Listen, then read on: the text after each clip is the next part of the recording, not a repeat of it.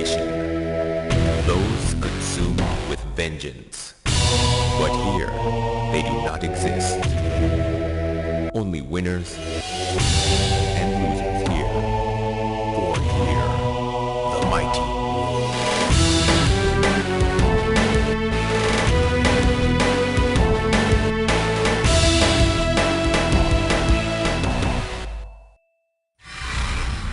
Garou, Mark of the Wolves. Hello and welcome to another Boroshin's Retrospectives. Today talking about Garou Mark of the Wolves for the Neo Geo multi-video system made by SNK in 2000. This is the 7th game in the Fatal Fury series, as Garou Densetsu is in Japanese, it's the Japanese name of Fatal Fury. But it is sort of a reboot, spin-off, not spin-off, it's a reboot of the Fatal Fury series. As you can see, there is only one returning character. Only Terry Bogard is returning character. Your new main character is Rock Howard, who would become infinitely popular, and still is. Incredibly popular, despite the fact that in this game he's low tier. He's actually really bad. But he's a lot of fun still to play. Anyway, this game to me is basically SNK's answer to Third Strike. It does a lot of things, like it has a lot of systems that are incredibly similar. They basically looked at Third Strike and were like, can we do it better? In a lot of ways I think they did. Now, the game has some interesting systems. The one that's very similar, just here, Just Defend. Just Defend is basically like a parry, but you block late, like block as the attack hits. Allows you to do it in the air, on the ground. You can't air block, but you can just defend in the air, so if you're precise, you can jump in. It's got the similar mix-up. However, as you'll notice, when you just defend in the air, and here's an example of where I think they did it maybe a bit better, is you can jump in, you can do like sort of a safe jump, as it were.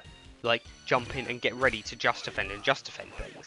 However, as you'll notice, it does knock you away. You can't jump in and like parry something and land next to them and combo them, which I kind of like. I like that. While there's plenty of counters to it in Third Strike, I kind of wasn't a massive fan of anti-airing, feeling like a bit more. It was a bit risky against someone who actually knew what they were doing. So that's one of the systems. You can also do something called a guard cancel of a just defend. Basically, when you just defend something, you can cancel into either a special or a super if you input it. So basically, what you want to do is kind of buffer the special or super when you're attempting a just defend. I think I do it with T-Zoc, who's the grappler of the game, Big Bird Man, where I just defend a normal and I guard cancel into his command grab, which is pretty cool. You can also do it into his super, which is devastating when you do that. Speaking of the supers, you have basically a 2-level gauge. So you have like a level 1, level 2, S power and P power. Basically, pretty linear gauge. But basically each standard super at least has 2 versions. So a light punch, light version and heavy version. Light version will be the S power, heavy version will be P power. Basically, just upgrades the super, usually in damage, maybe certain properties change and things. But yeah, that's basically what it is. You have the top gauge, which is on the life bar. You'll see that each character has like a segment of their gauge. Basically in this you gain access to a new special move, your top attack, which is performed by pressing heavy punch and heavy kick. In the case of T-Zoc, it's this big drop kick, which is incredibly nice, very meaty. As well as, you'll notice actually, as I'm fighting here for a bit, my health is regenerating. In the actual top area, if you take a bit of damage but you're not knocked out of it, you will actually regenerate life, which is kind of interesting. So you want to stay in that area of your life bar when you're in it. But you get to pick where it is on character select, like what segment of your bar you want as your top gauge. I like it, it's quite a nice mechanic. Now, as a third mechanic, or thing that's kind of similar to, because the top gauge bar isn't really similar to Third Strike, but you have the ability, like in Third Strike, every character has universal overhead. Pressing light punch, light kick, you'll do universal overhead. However, they also putting down Light Punch, Light Kick, which is sort of universal anti-air, which is very interesting.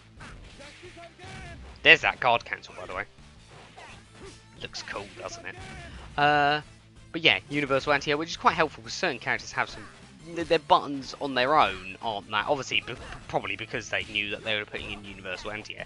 Some of their buttons aren't maybe the best anti-air tuned. Then, as a sort of movement mechanic, you've got dashing, you've got things like that, but you've also got hops, like in KOF.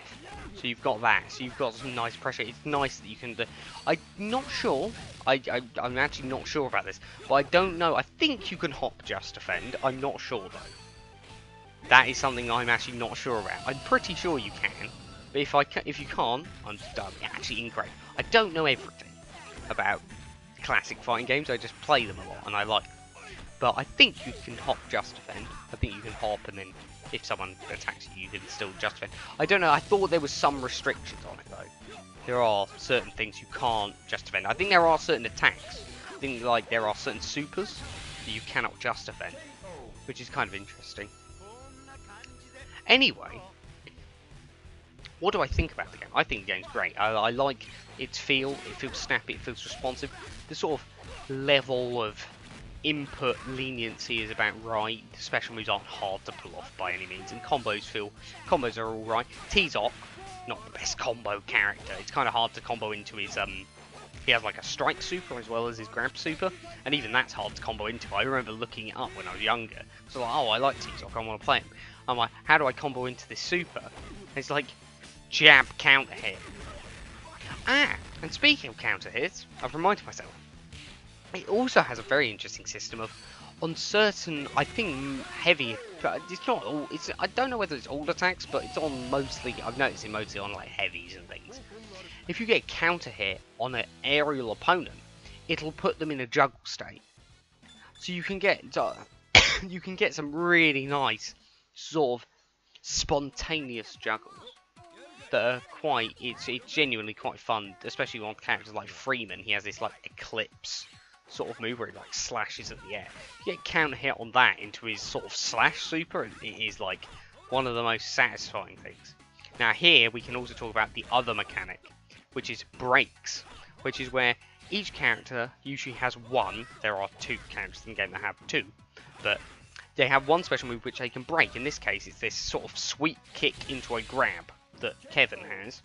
In the case when you break it, you press light punch, light kick in the middle of the special, and you will sweep the leg, and then you just stop, and you're allowed to do whatever you like. And because that move puts him in a juggle state, you can get some nice combos. It's a very easy way of setting up a combo into his kick super. Now, overall though, I like this game. I think this game did a lot of things right. It's more, I'd say it's more balanced than Third Strike. More characters are viable. Still, there are certain characters that are just a bit arse, but, you know, it's an old fighting game. But, it's nowhere near as, like, man, if you're a high level Third Strike, you don't see like 80% of the cast.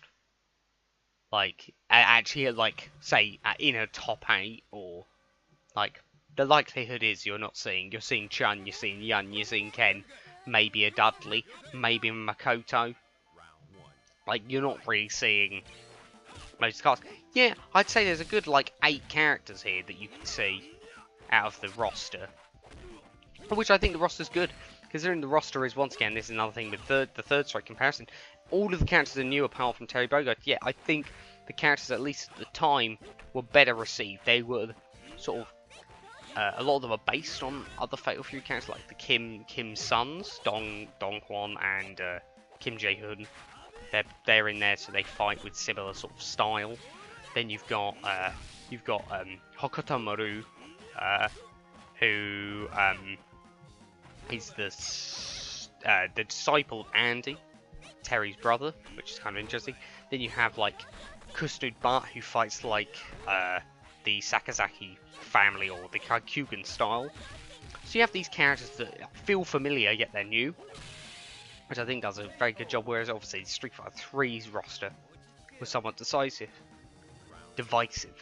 Sorry, not decisive. But yeah, I think this game's fun. I think it's really, really good. I think you should check it out. I mean, look at it. It looks gorgeous. Look at the stages. Like this game was made for the Neo Geo. By this time, it's like 10 years old. They could make a game that looks this good on this. Kind of mental. But yeah, give it a go if you're feeling like it. You obviously Fightcade is probably the best place to go. Still played in Japan quite a bit. But yeah, definitely worth a look. Worth a look. I don't know what game I'm going to cover next. I'm sorry once again. I have had quite a break from doing the old retrospectives, but I'm sure I will do one a bit faster this time. That was a cool. I didn't intend that to work, but it did.